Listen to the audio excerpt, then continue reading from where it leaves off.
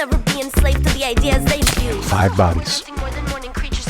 All of them found with their heads so severely disfigured, it was hard to make out who they were until the dental records were looked into. Whoever was doing this was doing it with a rage no ordinary man could possess.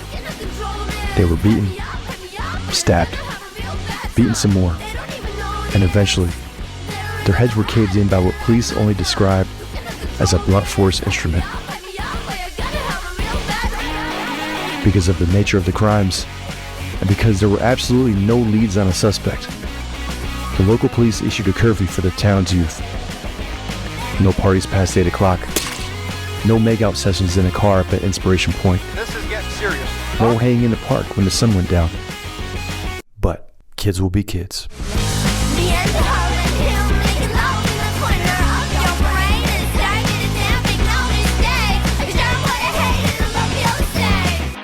They don't even know what it is.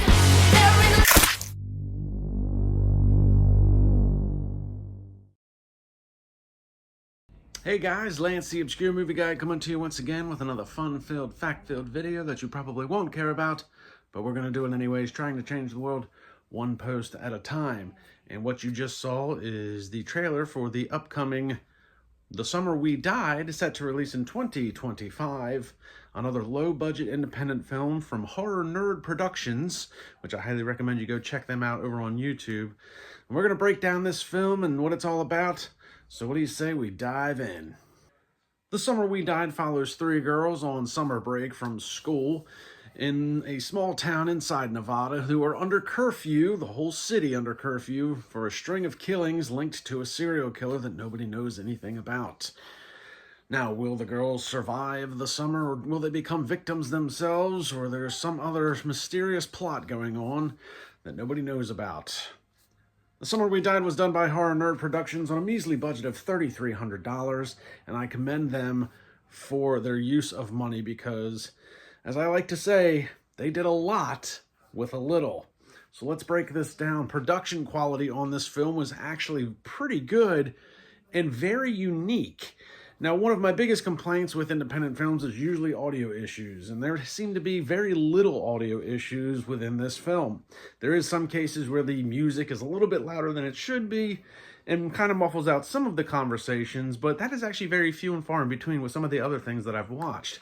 What I did like was the visuals of this film. This film is shot very uniquely with some, as you can see in the trailer plays out very much like the way the movie does.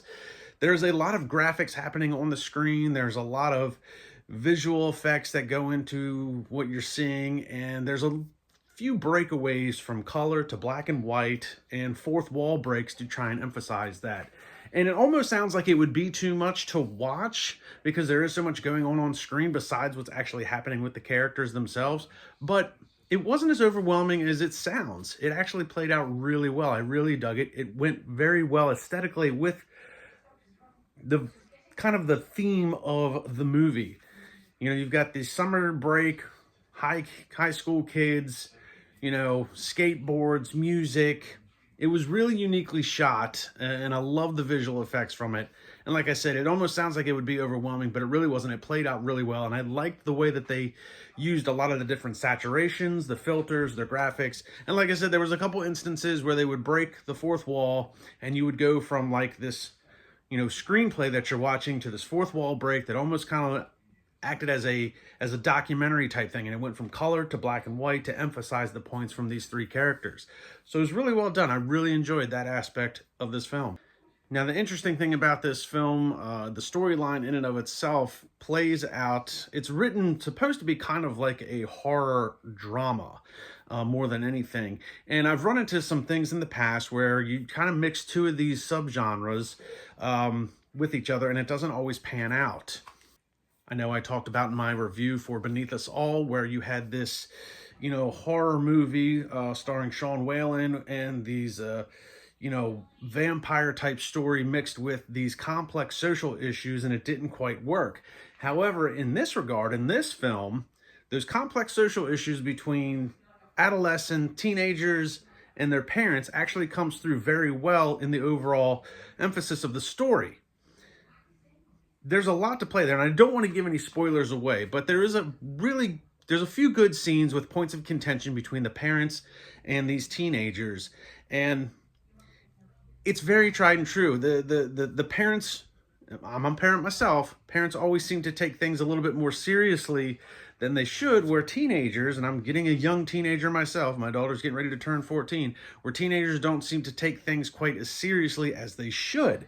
And that comes through in this film. You have this serial killer running around town, so there's a curfew set into place, no partying, no going out late at night. And yet these girls continue to break these rules with the little to no care, with a very cavalier attitude, and the parents are losing their minds. What do we do about our kids? Why can't we get them to listen? Now, there is a big reveal at the end of this film that kind of plays onto why they have such a cavalier attitude with everything. But, again, I'm trying to keep this as spoiler-free as possible because I want people to actually check this movie out when it does come out in 2025. Now, the three young actresses that portrayed the three girls, Amanda Morgan, Grace Winters, Hannah Welty, all did a remarkable job throughout the course of this film. Their on-screen chemistry was very good. They may be friends in real life for all I know, but at no point did I feel like anything was being forced with these three girls and their on-screen presence, even through their characters or through the chemistry with each other and other actors. It all came out very, very well. Now, the one thing I do want to note with a lot of these actors, maybe not these three girls in particular, but a lot of these actors have little to no experience. Dylan Brown, who was the writer and director, and actually the radio host in this movie, you don't ever get to see him, but you do hear him throughout the course of the movie. But he's a writer-director. He's got a full-time job. He told me that he works for the Department of Defense, and, basically, 9 to 5, Monday through Friday. He probably does a lot more than that, but basically makes movies on the weekends, kind of as a hobby. And part of that is why the budget is only $3,300. But the other thing that I want to note with this is that he went on to explain to me that a lot of the actors in their movies, because this isn't the only one that they've done, this is just their most recent, but a lot of actors in their movies are former veterans or first responders that, they hire to use the acting as a type of way to combat their PTSD. And I gotta say, everybody that acted throughout this movie actually did a really good job. I'm really, actually, was one of the most impressive things, because I watch a lot of small budget independent stuff, and a lot of actors, you can tell, maybe it's their first time, or they're not quite good at delivering their lines, or they're still kind of finding their way and they're a little bit green in doing it. Some things seem kind of forced. Maybe the chemistry isn't there. Maybe the on-screen presence isn't there. But I didn't find really a whole lot of that with this film. I mean, maybe a couple instances with maybe some of the actors maybe could have been polished a little bit better, but overall, really good job from everybody involved. And I think the beauty with that is when you have veterans or first responders, especially if they're suffering from PTSD, even if they don't know each other, if you put enough of them in a room, they're going to at least find something in common with each other that they can relate to. And so it's easy to have some sort of chemistry on screen if you're doing that. So I don't know that everybody knows everybody in the movie, but it kind of felt like they did. And like I said, even if they don't, they can find certain things, very quickly in conversation with one another, about being a first responder or being a veteran or possibly having PTSD. So props to Dylan Brown and his crew for kind of bringing that stuff together. Obviously, thank you for your services, everybody involved with something like that. I try to thank a veteran and a first responder as much as I can. It's a big thing with my wife. I come from a very militant family, even though I was never in the military myself. I tried. I have back issues. They wouldn't take me. It is what it is.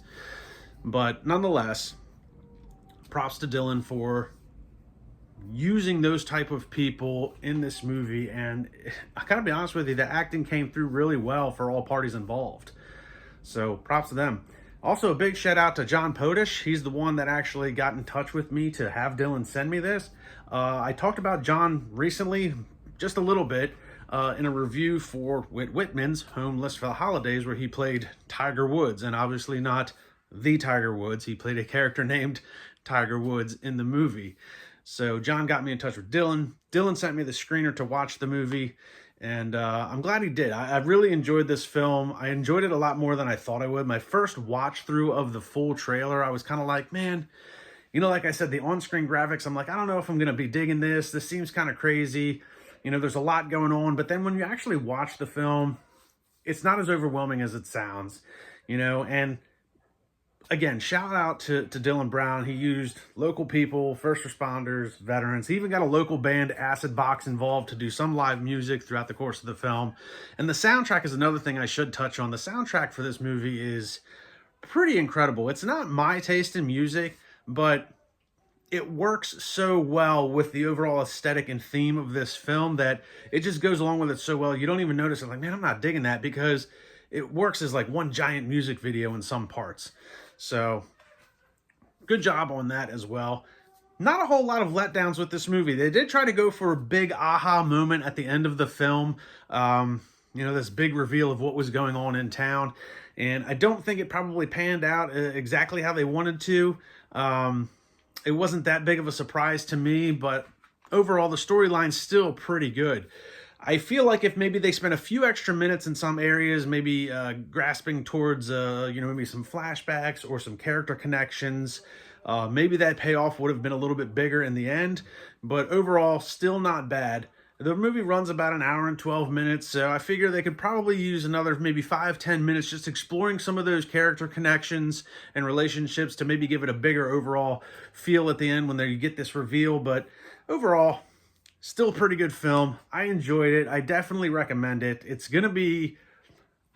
I hope it comes out around summertime, because it does have a very much a summertime feel throughout the course of the movie. So even though Nevada, it's probably always hot out there because it's a desert, it might always feel like summer. I live in Florida. It kind of always feels like summer here. But I hope it comes out during them, because the people that don't live in those places, that live in colder areas, it's going to feel like a summertime movie when they go to watch it. So go check out Horror Nerd Productions on YouTube. Like, subscribe, and comment to their movie. You can check out the full trailer on the YouTube channel. Like, subscribe, and comment to my YouTube channel. Check me out on Facebook. And guys, I will see you all in the next video. Let them all confused. I will never be enslaved to the ideas they infuse. 5 bodies. All of them found with their heads so severely disfigured, it was hard to make out who they were until the dental records were looked into. Whoever was doing this was doing it with a rage no ordinary man could possess. They were beaten, stabbed, beaten some more, and eventually, their heads were caved in by what police only described as a blunt force instrument. Because of the nature of the crimes, and because there were absolutely no leads on a suspect, the local police issued a curfew for the town's youth. No parties past 8 o'clock. No make-out sessions in a car up at Inspiration Point. This is getting serious. No hanging in the park when the sun went down. But kids will be kids. The end, how and him, make love.